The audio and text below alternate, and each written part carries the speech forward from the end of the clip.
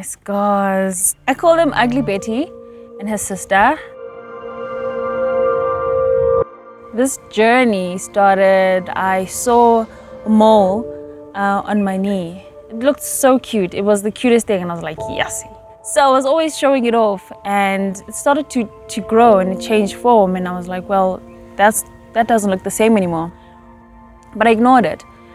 And then it started being more painful, and I couldn't understand why, because to me, it's just a little mole. My friends, black people, we call it kuku. So we're like, kuku eh, And little did I know that, there was a whole thing behind it. I knew then that I had to do something about it, but I still took another year to eventually go in and go to the doctors and get it checked out. When I went into the dermatologist, I had a biopsy done, and they gave me the diagnosis, and I didn't know what to do with my life at that point.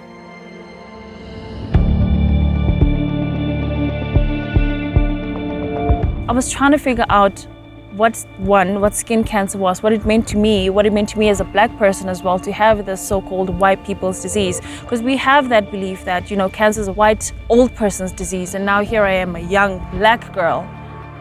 What's happening? How am I, finding myself in this situation? So after 6 months, then I had to go in and get my surgery. With skin cancer, more so malignant melanoma, it's such a dangerous form of skin cancer, and I was so fortunate that with my treatment, I didn't have to go through chemo. I just had the surgical option, and I didn't have to go through radiation as well. So I felt like I scored there, But the after effects of it are still with me to this day, because I have difficulty when I'm driving sometimes. Who would have thought that, such a disease would, end up giving me such side effects at the end of the day. So I'm 2 years cancer-free now, which is fantastic. And I'm loving life because I have a new lease on life. I have a responsibility to society as a whole, and I think definitely to people of color.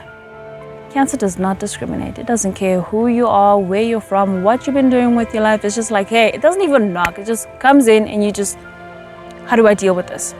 What I've come to learn is that, silence is cancer's best friend, because if we're quiet, nobody knows anything. Nobody learns if you're quiet. So know your body.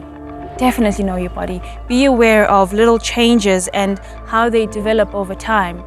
And if it can help just one person, I think I've done my job.